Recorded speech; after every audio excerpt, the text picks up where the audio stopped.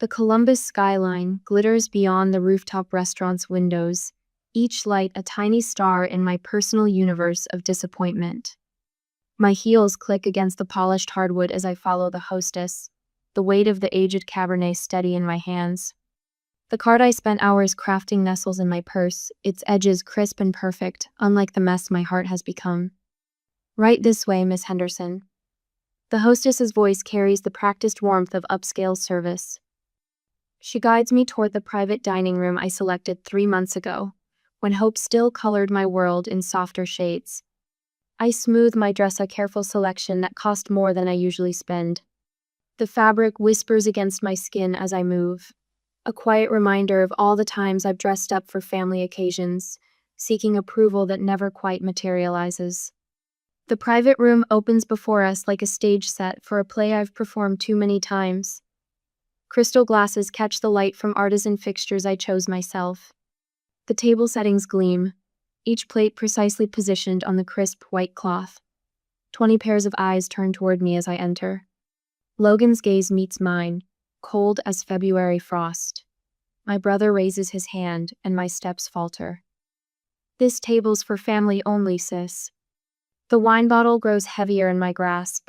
Blood rushes to my face as he gestures toward a metal folding chair near the exit, set apart from the celebration like a dunce seat in grade school. Silence spreads across the room like spilled wine.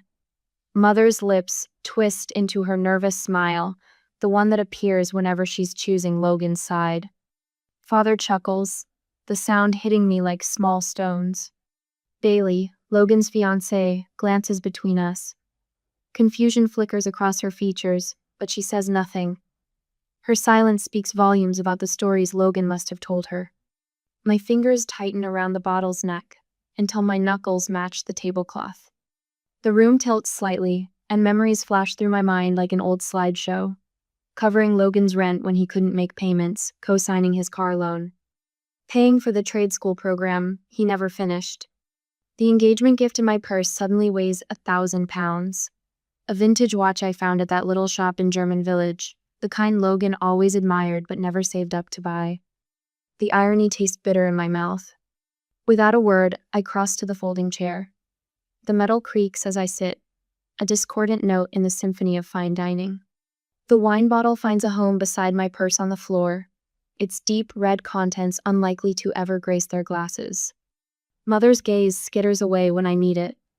I hold my spine straight, refusing to slouch despite the chair's awkward angle. The conversation around the table resumes, voices too loud, laughter too bright. Logan commands the room like a conductor, his hands gesturing as he tells another story about his latest business venture. Mother and father lean forward, entranced as always by their golden child. Bailey's parents nod appreciatively at his description of the generous venue he selected for their daughter. The venue I researched for weeks after Bailey mentioned loving it during our only coffee meeting. The venue whose $900 deposit sits on my credit card, along with the carefully planned menu and wine selection. Waiters glide past my corner, serving course after course. The aroma of truffle risotto wafts through the air, but no plate appears before me. I sit unacknowledged, a ghost at my own party, for 90 minutes that stretch like years. The dinner winds down as coffee and dessert plates are cleared. My legs have gone numb from the folding chair's unforgiving metal, but I haven't shifted once. The waiter approaches with a leather folder, hesitating as his eyes move between the main table and my corner. Miss Henderson? His voice carries a note of uncertainty. We have your card on file for the deposit. I rise slowly, feeling the weight of 20 gazes once again. The leather folder contains a bill for $4,130 more than I make in a month at my nonprofit job. Logan's smirk appears, familiar as an old scar, confident in the knowledge that his responsible big sister will handle it, just like always. Mother half rises, her smile hopeful. Megan, honey, you can just put it on your card. We'll sort it out later. The words hit me like a physical blow. We'll sort it out later. The same promise I've heard for 20 years, through college loans and medical bills and every financial crisis that wasn't quite urgent enough for anyone but me to solve. I look at the leather folder, then at the family that decided I wasn't good enough to sit at their table. My hand doesn't shake as I reach for my purse, and for the first time in my life, I'm not sure what I'm going to do next. The choice stretches before me like a forked road, the familiar path of least resistance, or the terrifying unknown of finally saying no. The leather folder trembles in the waiter's hands.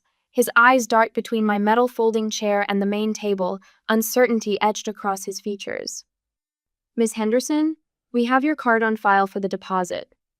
I rise from the folding chair, my legs stiff from 90 minutes of sitting on unforgiving metal. The room falls silent as I straighten my dress. 20 pairs of eyes track my movement, including Logan's. His lips curl into that familiar smirk, the same one he wore when he told our parents I'd volunteer to co-sign his car loan. Mother half rises from her chair, wine sloshing in her glass. Megan, honey, you can just put it on your card. We'll sort it out later. Later. The word lands like a slap. 20 years of later stack up behind my eyes. College loans, medical bills, every crisis that wasn't quite urgent enough for anyone but me to solve. The leather folder contains a bill for $4,130. More than I make in a month at my nonprofit job. My fingers brush against the vintage watch in my purse, the one I'd carefully selected for Logan. The perfect engagement gift, now a perfect joke. I was told this wasn't the family table. My voice carries across the silence, steady and clear. I won't be paying for a party I wasn't invited to be part of. Bailey's father pushes back his chair. Wait. His face reddens as he looks between Logan and me. Megan paid for this venue? Logan's smirk vanishes. She just put down the deposit. I was going to pay her back. A laugh bubbles up in my throat, sharp and unfamiliar. I selected this restaurant because Bailey mentioned loving it during our coffee date. I paid the $900 deposit. I arranged the menu tasting. I selected the wine pairings. Bailey's hands fly to her mouth. The confusion in her eyes shifts to something harder as she stares at Logan. You told me you arranged everything. You said it was a gift to my parents. My brother's face drains of color. The room spins slightly as 2 decades of swallowed truths rise in my throat. I selected this venue 3 months ago, made sure they could accommodate Bailey's mother's dietary restrictions. Chose these light fixtures because Bailey loves artisan glass. My voice doesn't shake, but apparently I'm not family enough to sit at the table. The silence spreads like spilled wine across white linen. Father's fork hangs suspended between his plate and mouth. Mother's nervous smile has vanished.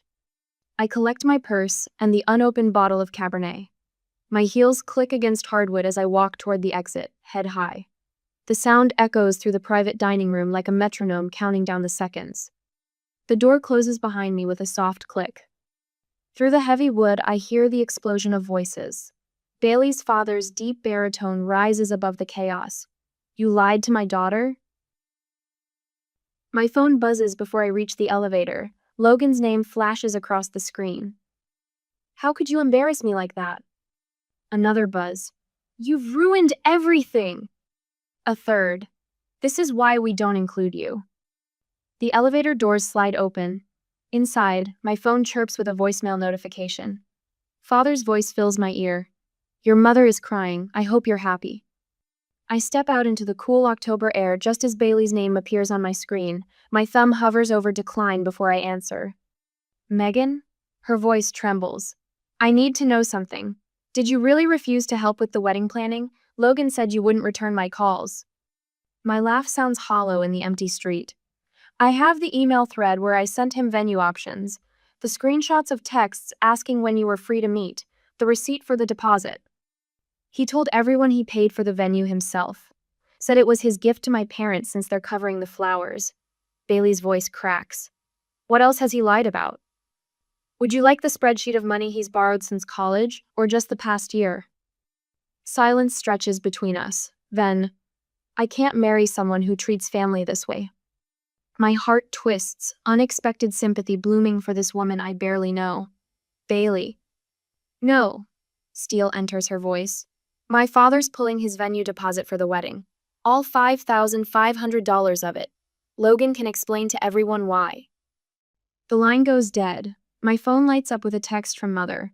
Logan needs you. Don't abandon your brother now. I open my banking app, finger hovering over a specific account.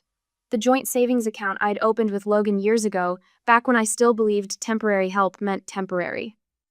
The remaining $1,800 glows on the screen, most of it deposited from my paychecks. The account name blinks at me. Family Emergency Fund. My thumb trembles over the close account button.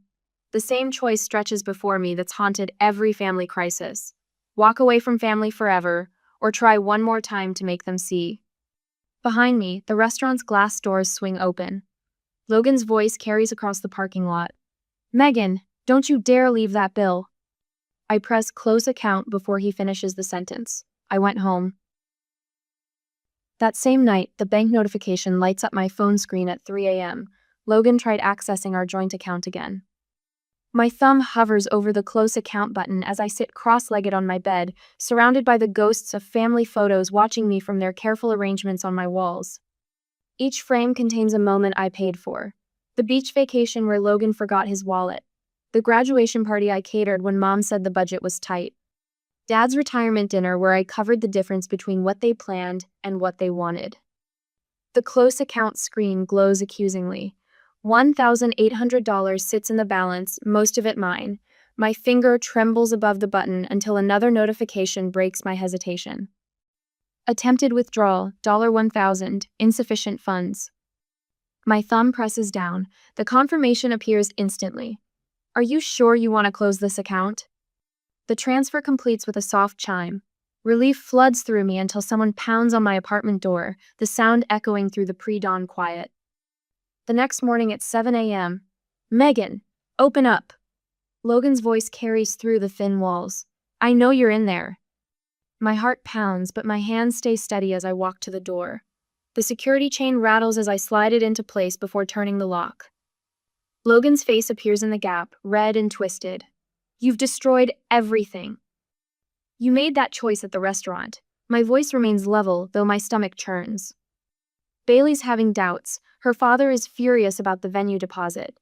His words tumble out, desperate. "You need to call them and fix this. Tell them it was a misunderstanding." The old urge to solve his problems rises up, familiar as a reflex. But the memory of folding chairs stops me cold. "No." The single word hangs between us. Logan's mouth opens, then closes. For the first time in my life, I see genuine shock replace his usual arrogance. "What do you mean, no?" His voice cracks. "I'm your brother. You said I wasn't family. The truth feels clean on my tongue. Well, family doesn't get to use my money." He slams his palm against the doorframe. "After everything I've done for you." "Everything you've done?" A laugh bubbles up, sharp and unfamiliar. "Let me get my spreadsheet." My phone buzzes in my pocket. Mother's name appears on the screen, her third call this morning. The voicemail notification blinks. "After all we've done for you." I silence the ringer as Logan's voice rises. Bailey's father pulled his venue deposit.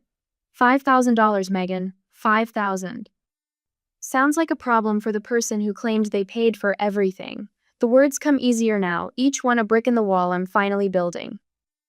"You selfish?" He catches himself, forces a smile that doesn't reach his eyes. "Come on, sis, we can work this out. I'll pay you back this time, I promise." The same words he's used since we were kids. The same smile that convinced me to co-sign his car loan, to cover his trade school tuition, to open that joint account just until he got on his feet. No, the word tastes different this time, stronger. "I'm done." "Done?" His laugh holds an edge of panic. "You can't be done. We're family." Family sits at the same table. The words hit him like a physical blow. He steps back, mouth working silently before his face hardens into something ugly and familiar. "This is why you'll always be alone," he spits. "This is why Mark left you."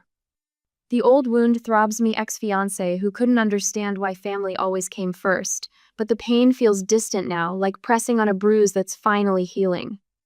"Goodbye, Logan." I close the door on his protests.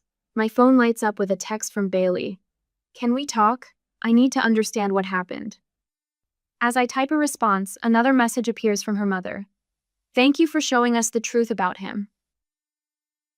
Later that morning, around 10 at my work, my coworker Sarah's name pops up next. "Brought you a coffee. It's on your desk. No need to explain family stuff to me. The support wraps around me like a warm blanket, so different from the cold obligation I'm used to. My finger hovers over the block contact option under Logan's name, but I'm not ready for that. Instead, I open my calendar and delete the recurring reminder to check his credit card payments.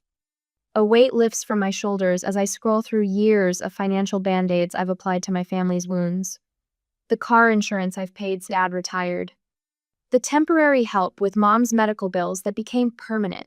The endless small emergencies that always seem to land in my lap. My laptop opens to a blank spreadsheet. The cursor blinks as I type a new header. My money, my choice. The columns fill with numbers that tell a story of one-way generosity, of love measured in dollars and cents. I book a flight to Maine with money that was earmarked for Logan's next inevitable crisis. The confirmation email feels like permission to breathe. My phone rings again. Mother's number, but with an unfamiliar tremor in her voice when I answer. Megan, can we talk? I think of the folding chair, of decades of being the responsible one, of love that came with conditions and price tags.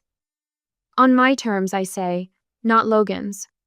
The silence stretches between us, heavy with the weight of changing tides.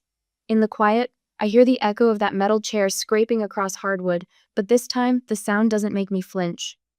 Your terms, she whispers, and for the first time, I hear fear in her voice. Fear of losing the daughter they never had to earn. I end the call without promising anything. The morning sun creeps through my window, painting the walls in shades of possibility. I look at the family photos again, seeing them with new eyes. Each one a receipt for love I thought I had to buy. One by one, I take them down. 3 months later at my home, the knock startles me from a documentary about penguins. 3 quick raps, polite but insistent. Through the peephole, my mother stands in the harsh hallway fluorescence, clutching a glass casserole dish like a shield. Her cardigan hangs loose where it used to pull tight across her shoulders. She looks smaller somehow, less certain than I've ever seen her. My hand hovers over the deadbolt. Part of me wants to pretend I'm not home, to sink back into my quiet evening of nature shows and chamomile tea. But her eyes keep darting to the side, the way they always have when she's working up the courage to say something real. I open the door. I brought your favorite. She lifts the dish. That corn casserole with the cornflakes on top. The one from Aunt Susan's recipe box. Words stick in my throat. The last time she brought me comfort food was after my high school boyfriend dumped me at junior prom. Now here she stands, offering crushed cornflakes and cream of corn as if they could patch the crater between us. I step aside, letting her in. She places the casserole on my counter with trembling hands, beside the coffee maker I splurged on last month when I realized I no longer needed to keep an emergency fund for Logan's next crisis. The silence stretches between us like cold taffy. Would you like some tea? I ask, more to fill the quiet than anything else. No, thank you. She perches on the edge of my couch, hands folded in her lap. I've never seen you stand up to us like that before. The words hit me in the solar plexus, not, I'm sorry we hurt you, or, you didn't deserve that treatment. Just surprised observation that her doormat daughter finally grew a spine. I sink into my reading chair, letting the familiar leather catch me. Did Logan send you? No. She looks down at her hands, twisting her wedding ring. He doesn't know I'm here. Your father thinks I'm at Bible study. Another first. In 33 years, I've never known her to lie to him. We were wrong. Her voice cracks. We let Logan treat you like less than family, your father and I. She swallows hard. We enabled him all these years. Tears fill her eyes, not the manipulative ones I've seen so often when she wanted me to cave on something. These carve genuine tracks through her careful makeup. Bailey broke the engagement. She says it like a confession. Permanently. She came by the house yesterday to return some things Logan had left at her apartment. Said she couldn't marry someone who'd treat their sister that way. Called it a preview of how he'd treat her someday. The revelation settles in my stomach like a stone. Not satisfaction exactly. Not quite regret either. Logan moved back home, she continues. He's struggling. Can't find work. Your father won't discuss what happened at the dinner. The whole thing has become this black hole we tiptoe around. She picks at a loose thread on her cardigan. Bailey's parents called everyone who'd RSVP'd yes to the wedding. Told them exactly why it was canceled. Your Aunt Margaret asked if what they said about the restaurant was true, that you'd paid for everything. I stay silent, letting her fill the space between us. For once, she does. The thing is, Megan, she smooths her slacks, a nervous habit from her teaching days. We need your help. Logan needs direction, maybe some career guidance. You've always been so good with money, with planning. A familiar weight settles on my shoulders, the reflexive urge to fix, to help, to smooth things over. But something new rises alongside it. The memory of that folding chair's cold metal against my back. I'll give advice, I say carefully. But no money. Not anymore. She nods, acceptance replacing the usual flash of disappointment. That's fair. More than fair, really. My phone buzzes on the coffee table. Logan's name lights up the screen, followed by a wall of text. Mom glances at it, then back at me. He had a lawyer friend help draft an apology letter, she admits. Spent 3 hours getting the wording just right. Your father called too, didn't he? Asked you to put this nonsense behind us? I nod. She lets out a tired laugh. Logan told him to make that call. He thinks you'll cave if Dad pressures you enough. You always have before. The words should sting, but instead they settle like the final piece of a puzzle I've been assembling my whole life. Not this time. No, she agrees softly. Not this time. We sit in silence for a moment, the hum of my refrigerator filling the space between us. On television, the penguin parents take turns protecting their egg from the Antarctic wind. Your father and I. She pauses, choosing her words carefully. We're having Thanksgiving at the house next month, just family. I'd like you to come. The invitation lands between us like a live wire. 3 months ago, I would have already been planning the menu, calculating costs, wondering how to cover Logan's share without anyone noticing. I'll think about it, I say. She stands, smoothing her cardigan one last time. That's all I can ask. At the door, she turns back. The casserole. Heat it at 350 for 20 minutes. The cornflakes stay crispier that way. After she leaves, I sit in my quiet apartment, listening to David Attenborough explain how penguin colonies survive the harshest winters by huddling together, taking turns moving from the warmth of the center to the punishing wind of the outer circle. My phone buzzes again. Another message from Logan. I look at the casserole on my counter, my mother's peace offering waiting to be warmed and eaten. The thought of returning to their table twists in my gut, the same table that excluded me, now offered as a path to reconciliation. My therapist's words from our last session echo in my mind. You can redefine these relationships on your terms. The question is, do you want to? The penguin documentary ends. In the darkness of my screen, my reflection stares back at me, wondering if I'm ready to return to the table that once excluded me, now that they're asking me back. The cranberry sauce catches the last rays of November sunlight as I place it on my parents' doorstep. My finger hovers over the doorbell, and the memory of a rooftop restaurant's folding chair presses against my spine. 3 months since I walked away from that bill. 3 months of screening calls and deleting texts. My mother opens the door before I can retreat. You came. Her voice wavers between relief and uncertainty. The walls of the entryway still display the same faded school portraits. Logan's winning smile front and center, my serious face relegated to the shadows. Just for dinner. I step inside, clutching my purse like armor. The house smells of sage and butter, mixed with the sharp tang of anxiety that always accompanies family gatherings. Logan sprawls in Dad's leather recliner, his phone a barrier between us. The empty trade school brochures on the coffee table tell their own story of his latest abandoned plan. He doesn't look up. Dad's stiff nod from the kitchen doorway sets the tone. No hug, no smile. Just judgment wrapped in cologne and a pressed flannel shirt. Traffic must have been bad. We were about to start without you. I left work early. The words snap out before I can soften them. I'm 7 minutes early, actually. Mom flutters between us, hands twisting her apron. Logan was just telling us about a new business opportunity. Something in sales, right, honey? Logan finally glances up, eyes calculating. Yeah. Hey, sis. Speaking of work, you're still at that nonprofit place, right? Dating anyone there? The familiar pivot lands like a punch. Every conversation steered toward what I can. Provide money, connections, solutions to problems they create. Dad clears his throat. You know, Megan, Logan could use some help with his resume. Professional polish, you know. I watch Mom's eyes dart between us, measuring the tension like cups of flour in her recipes. The old pattern unfolds. Logan needs help. Megan provides. Balance restored. Except nothing balances anymore. Dinner's ready. Mom's announcement splits the air. Paul, would you say grace? The dining room table stretches before us, heavy with tradition and unspoken resentments. My usual spot waits the folding chair with the crooked leg, positioned slightly apart from the matching set. 4 decades of muscle memory guide me toward it. Dad's grace drones on about family bonds and gratitude. My fingers trace the metal edge of the seat, cool and unyielding. Like the family rules, Megan gives, Logan takes. Parents enable, repeat until broken. The final amen falls into silence. They wait, knives and forks poised, for normalcy to resume, for me to fold myself small enough to fit their narrative. I stand. The scrape of the folding chair against hardwood splinters the quiet.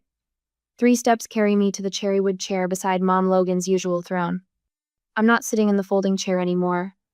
Dad's fork freezes halfway to his mouth. Logan's face darkens like a storm rolling across Ohio farmland, but I'm not finished. I'll be part of this family as an equal, not a resource. The words flow smooth and clear, practiced in therapy sessions and morning mirror pep talks. No more emergency loans. No more last-minute favors. No more pretending the folding chair is good enough. That's not how family works.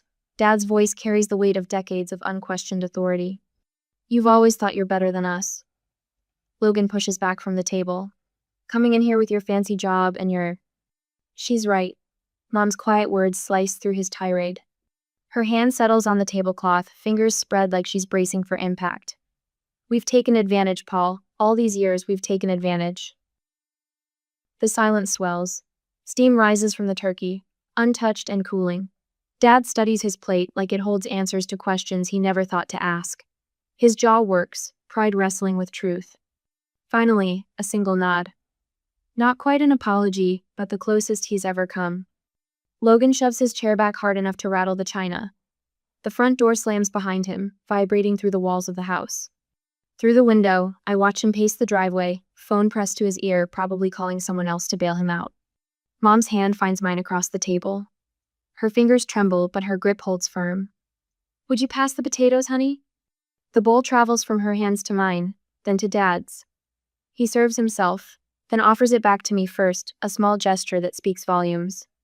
We eat in a silence that feels different from the tense quiet of past gatherings. This one holds possibility. Later, driving home through streets decorated for Christmas, I count the cost of truth. One brother's rejection, one father's grudging respect, one mother's tentative steps toward change. The math doesn't quite balance, but maybe it doesn't have to. The folding chair still stands in the corner of their dining room, but I won't be sitting in it again. I check the rearview mirror, half expecting to see the old Megan trailing behind the one who would have paid that restaurant bill, who would have helped with Logan's resume, who would have squeezed herself into any space they left her. She's gone. The question settles in my chest as I turn onto the highway. Is a partially healed family relationship better than none at all? The answer whispers beneath my wheels on the asphalt. It depends on who's doing the healing and who's willing to change. My apartment welcomes me with stillness and the soft glow of the lamp I left on. No folding chairs in sight. Just the solid oak table I bought myself, surrounded by 4 matching chairs, waiting for the day I'm ready to fill them with people who see me as I am, not just what I can give. For now, 1 chair, 1 choice, 1 boundary at a time is enough. A year later, the evening sun slants through my dining room windows, casting long shadows across the oak table I spent 3 months saving for. No metal folding chairs mar the landscape of my dinner party, just 8 matching seats, their cushions soft against the backs of people I've chosen to surround myself with. Sarah from the community center raises her wine glass, the light catching the crystal. To boundaries, she announces, and laughter ripples around the table. My mother, standing in the kitchen doorway with a serving dish of roasted vegetables, joins the toast with her water glass. To boundaries, we echo, and warmth spreads through my chest that has nothing to do with the wine. A framed photo on the wall catches my eye, me standing on a rocky Maine beach last summer, arms spread wide, first vacation I'd taken just for myself. Next to it hangs my therapy completion certificate, and beside that, the announcement of my promotion to senior financial manager. No forced family gatherings crowd my calendar these days. Its pages filled instead with coffee dates, community center workshops, and the occasional quiet evening with mom. Megan, these potatoes are incredible, Marcus from work says, reaching for seconds. What's your secret? Rosemary from my balcony garden. I pass him the serving bowl. Though mom added her own touch to them tonight. Mother's cheeks flush with pleasure. She's different now, softer around the edges, less anxious. Our weekly cooking sessions have built something new between us, brick by careful brick. Even Dad joins us sometimes, though he's still learning how to relate to me as a person rather than a resource. Logan's absence hangs in the air like a familiar ghost, but it no longer haunts me. He made his choice when he refused to acknowledge his part in years of financial manipulation. The peace I've made with his absence feels like setting down a heavy suitcase I'd carried too long. The mail slot clicks, and Martha, my elderly neighbor, appears in the entryway waving an envelope. Special delivery came late today, dear. Thought you might want it. The cream-colored envelope bears Bailey's return address. Inside, an elegant wedding invitation nestles against a handwritten note. You showed me what real integrity looks like. I'd be honored if you'd attend. My hand doesn't shake as I check the attending box. No +1 needed. The thought of seeing Logan there doesn't send anxiety spiraling through my stomach anymore. I've earned this steadiness. Speaking of integrity, Sarah pipes up. You should hear what Megan said to my intern yesterday. Poor thing was in tears about her brother demanding she drain her savings for his startup. I fold the RSVP card carefully.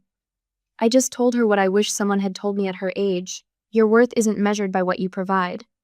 That workshop you started at the center? Marcus takes a sip of wine. My sister signed up for the next session, said she's tired of being the family ATM. Mother sets down her fork, and I recognize the small notepad she pulls from her pocket, the one she brings to every boundary-setting workshop she attends. Her dedication to understanding, to doing better, fills my throat with unexpected emotion. The conversation flows like wine, warm and easy. These people around my table know who I am beyond what I can give them. No one here would dare suggest I take a metal folding chair while they enjoy cushioned comfort. Later, after the last guest leaves with a container of leftovers, I stand in my kitchen. The dishwasher hums quietly, and moonlight spills across my table where everyone sat as equals. Mother's parting words echo in my mind. I'm proud of who you've become. A smile tugs at my lips as I realize her words, while lovely, no longer determine my worth. I've built my own table, and I decide who sits at it.